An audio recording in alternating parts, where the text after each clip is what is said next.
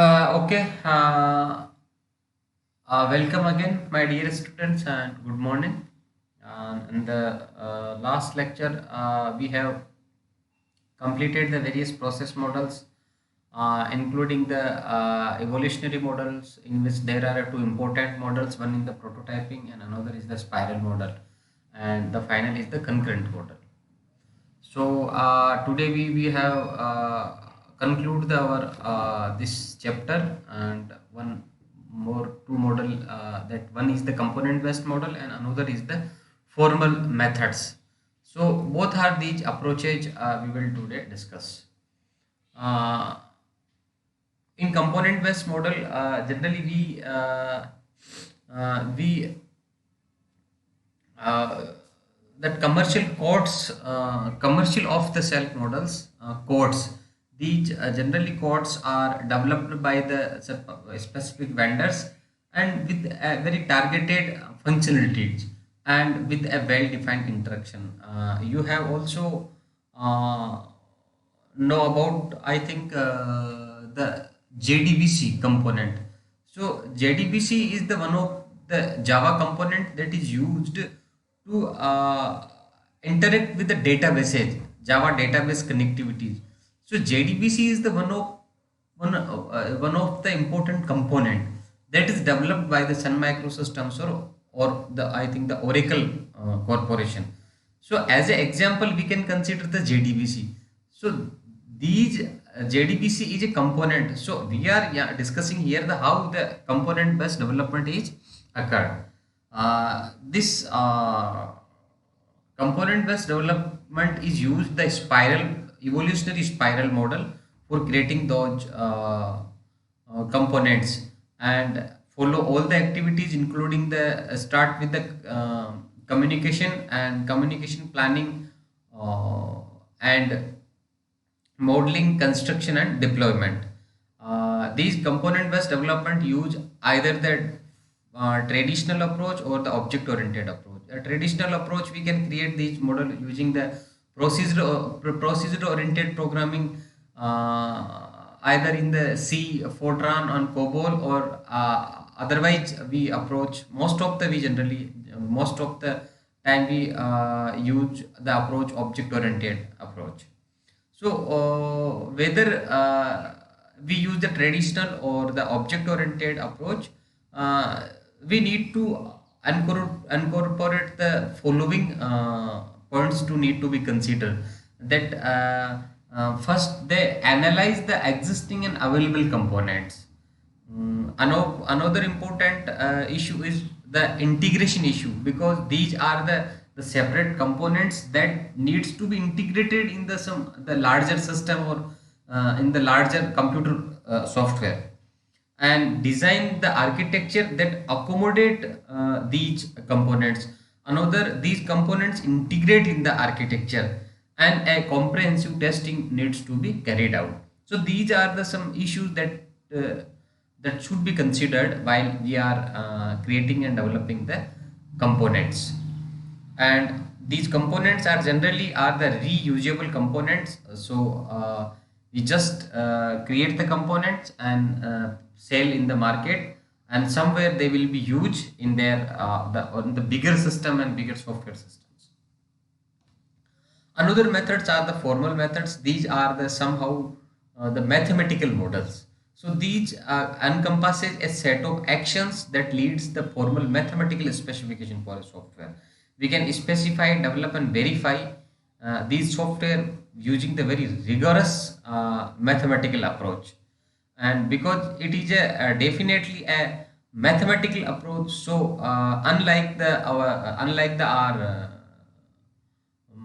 evolutionary and waterfall models, these formal methods model remove the ambiguity, incompleteness, and inconsistent using the mathematical approach, because it will be more accurate, and we can create a defect free software.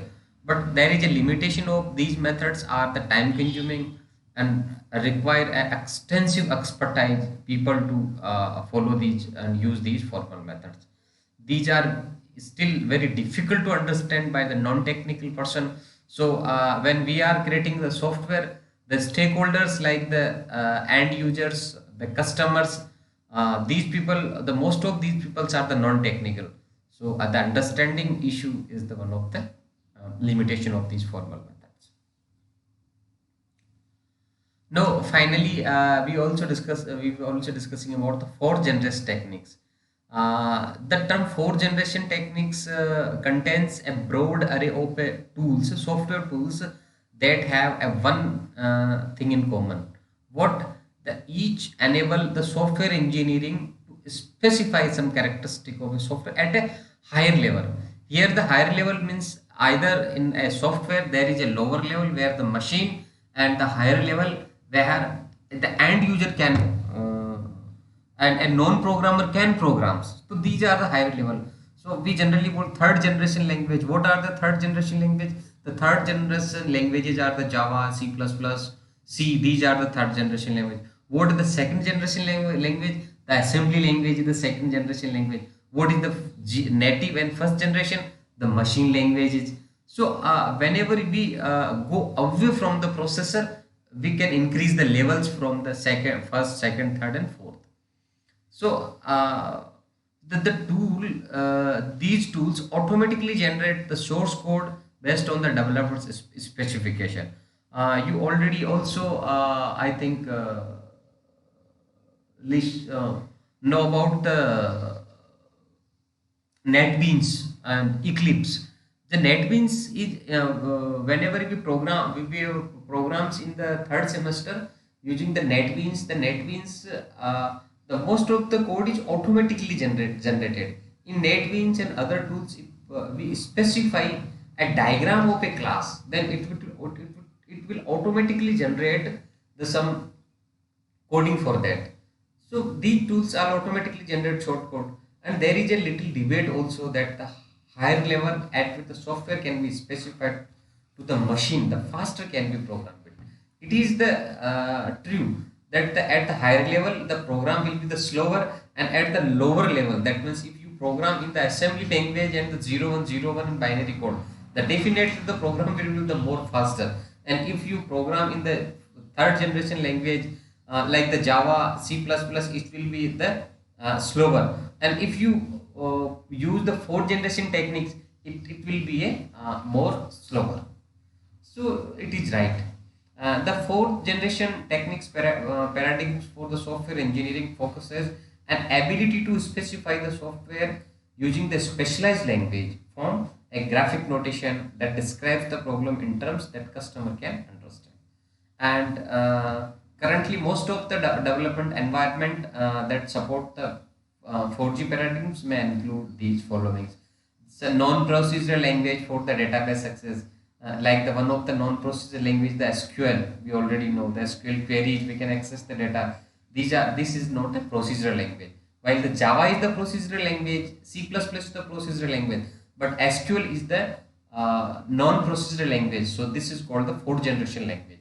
Automatic report generation, automatic data manipulation, screen interaction and manipulation, automatically code generation, high level graphics capability, a high level capability, that means we can create the various diagrams, various pie charts, various other mechanisms, spreadsheet capability, that means it automatically use the Excel sheets, automated generated HTML and JavaScript codes, automated tools for the website creation.